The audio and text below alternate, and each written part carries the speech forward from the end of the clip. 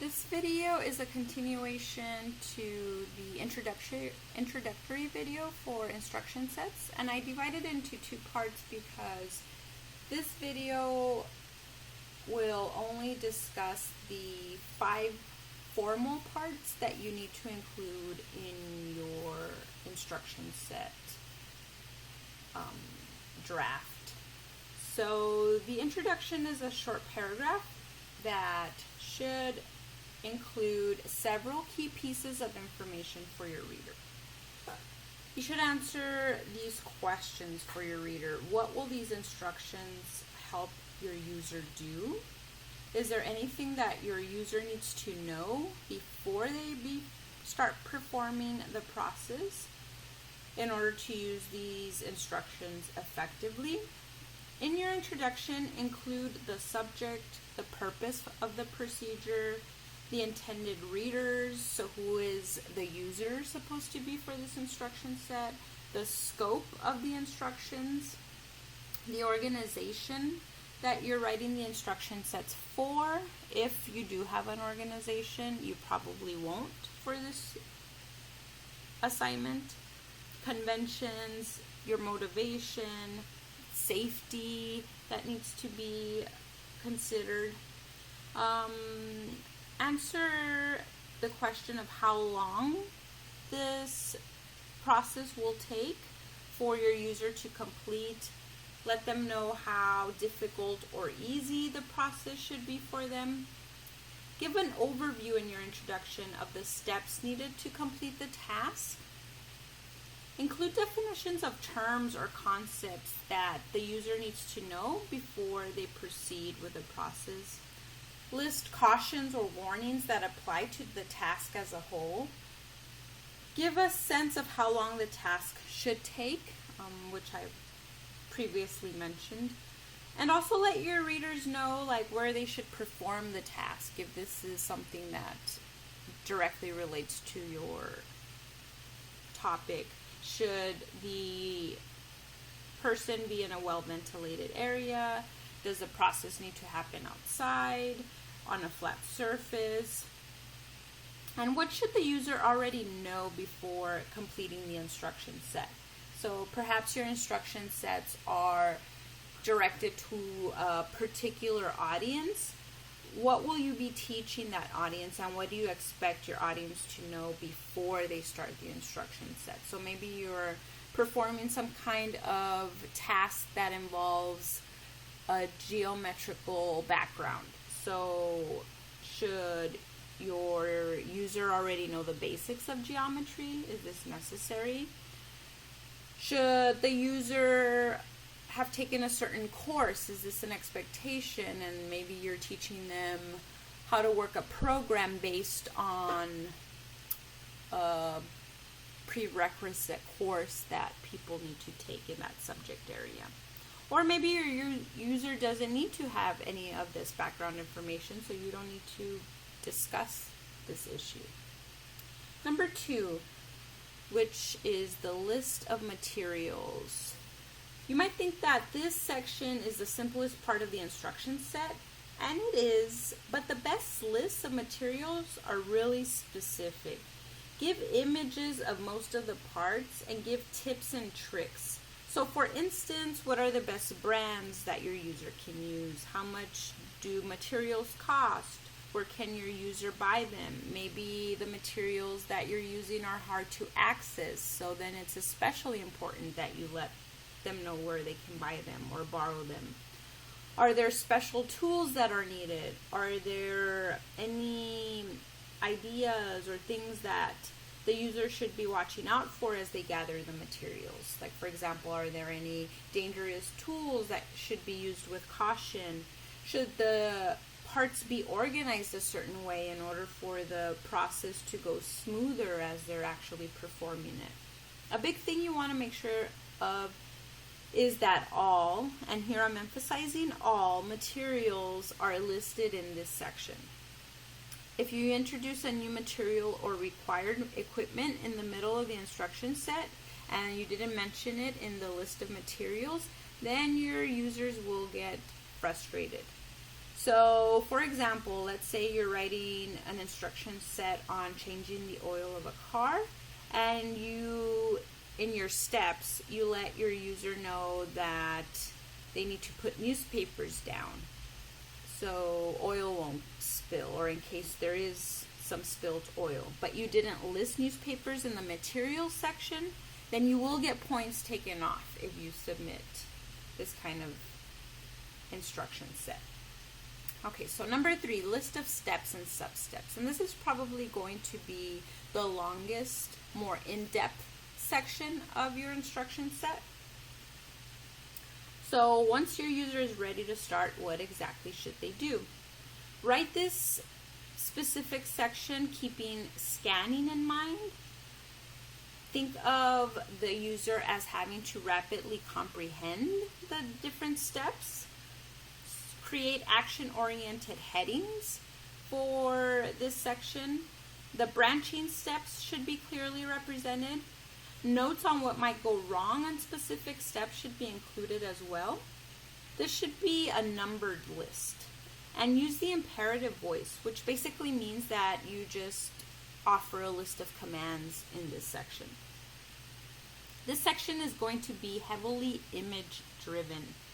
And we'll go over what makes for a good and bad image in a future lesson or lecture. But for now, let me tell you that you want to have pictures for every major step. You want to make sure you capture the actual action being done.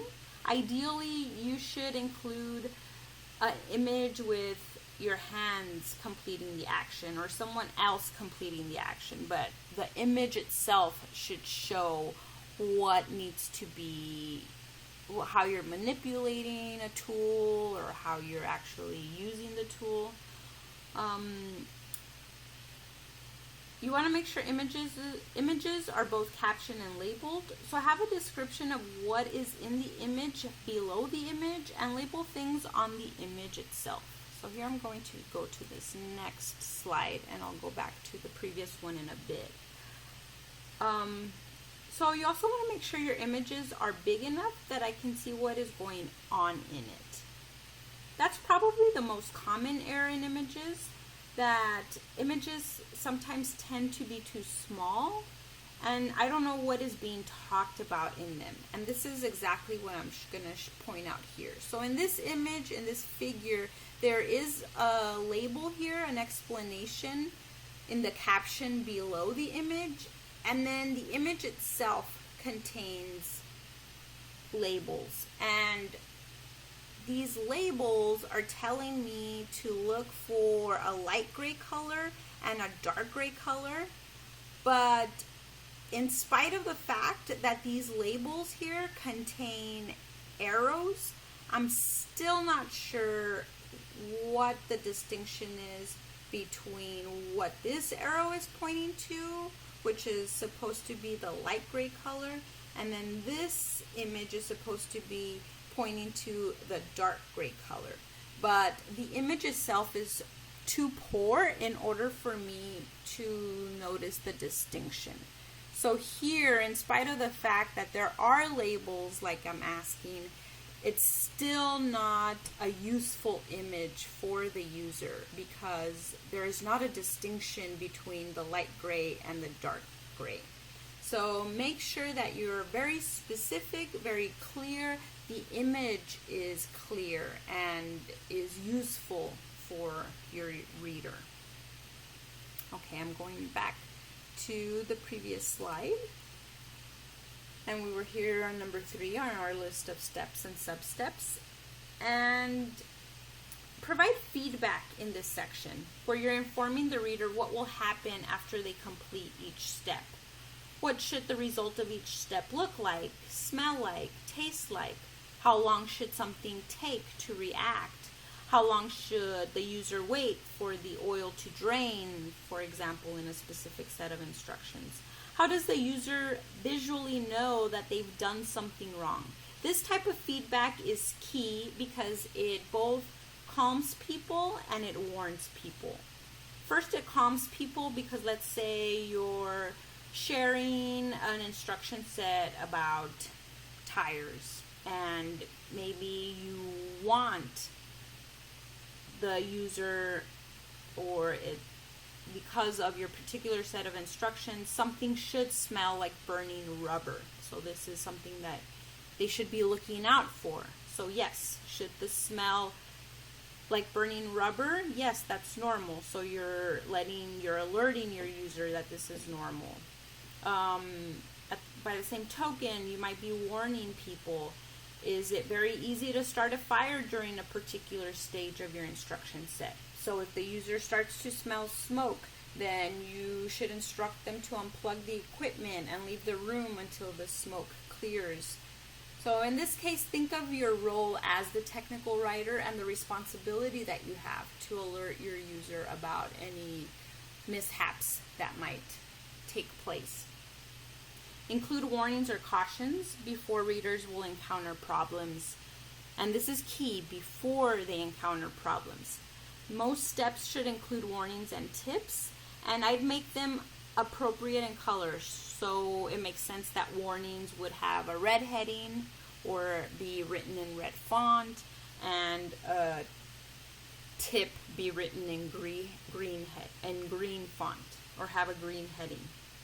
One of the big ideas or big things that separates good instruction sets from bad ones is that good instruction sets aren't just a list, but rather they actually teach the reader. And chunk long lists of steps into sections with appropriate subheadings. So for example, you might have something labeled Part 1, gathering your materials, and then your next heading would be Part 2, preparing your weld, Part 3, cleaning your weld. So you have these subheadings that make the process a little bit easier. So it just makes sense to divide the process, and in those natural divisions, that's where you chunk different instructions. So it's always a good idea to separate your instructions into sections. Number 4, troubleshooting. So this is a section where if something isn't working correctly, your user should be able to go to this section and try to figure out what they're doing wrong. So basically you're making predictions about what might go wrong and how your user could fix it. This is a section where you provide responses to common questions or errors that probably might occur. Of course, you want to troubleshoot throughout the entire document, but in this section, you provide the reader with something extra. Something isn't working correctly, so how does the reader fix it? Where can the reader go to find out more information about the topic?